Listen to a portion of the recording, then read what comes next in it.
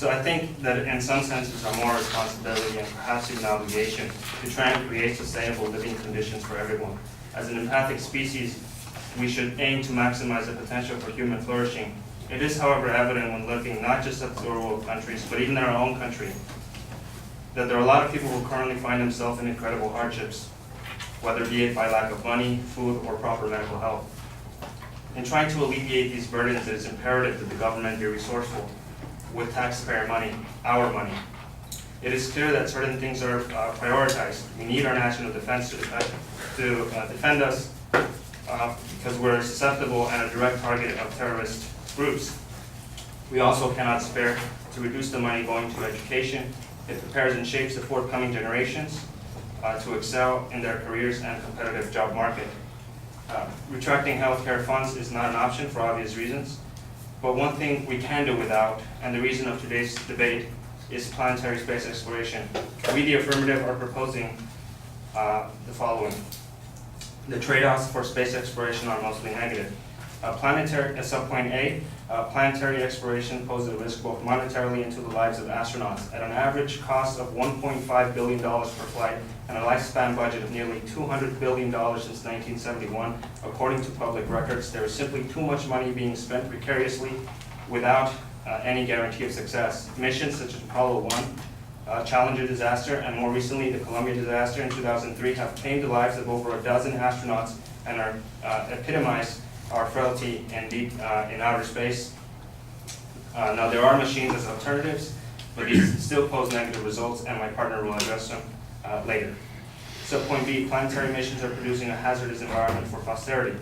Earth is surrounded by floating garbage left behind by spacecrafts. NASA says there are more than 20,000 pieces of debris larger than a softball orbiting the Earth. They travel at speeds up to 17,500 miles per hour, fast enough for a relatively small piece of orbital debris to cause a significant damage to a satellite or a spacecraft. Now there are 500,000 pieces of debris the size of a marble or larger, and there are many million pieces of debris that are so small they can't be tracked. Now this presents a considerable threat for satellite systems on which various modern-day technologies depend on, and which $75 billion have been spent on.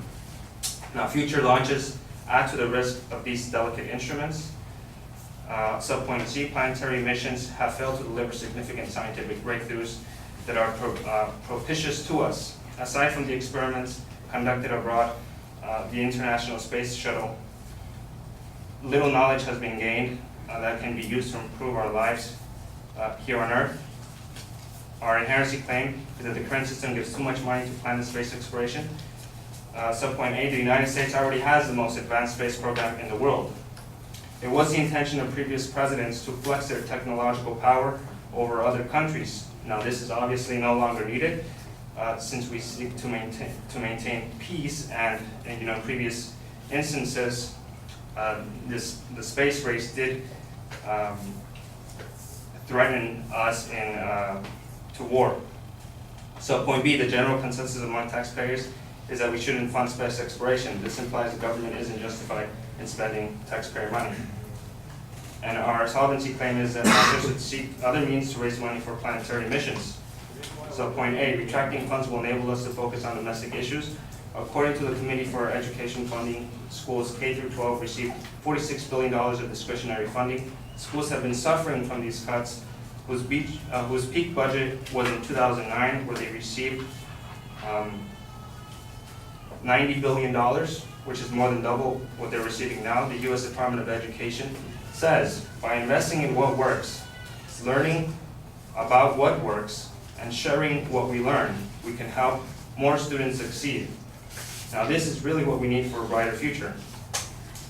Subpoint B, space exploration may be more successful when private industry takes over. Over recent years, we've seen the rise of companies like SpaceX, Virgin Galactic, which promise to make space launchings more affordable and cost efficient. NASA admits that spending astronauts in space is not currently cost efficient. They say,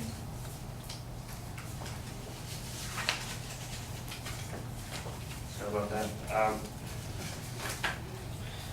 partnering with commercial space industry to regain the capability to send astronauts into space cost effectively from U.S. soil is something that they're currently seeking.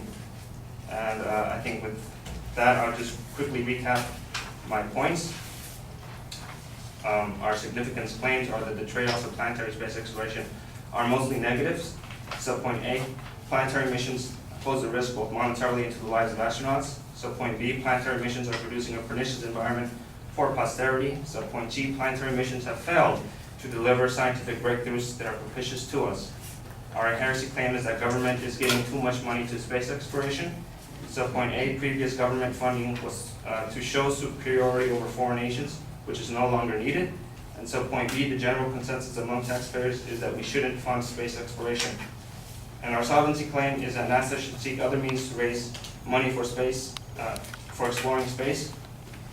Subpoint A, retracting funds will allow us to focus on domestic issues. And subpoint B, space endeavors may be more successful if private industry takes over.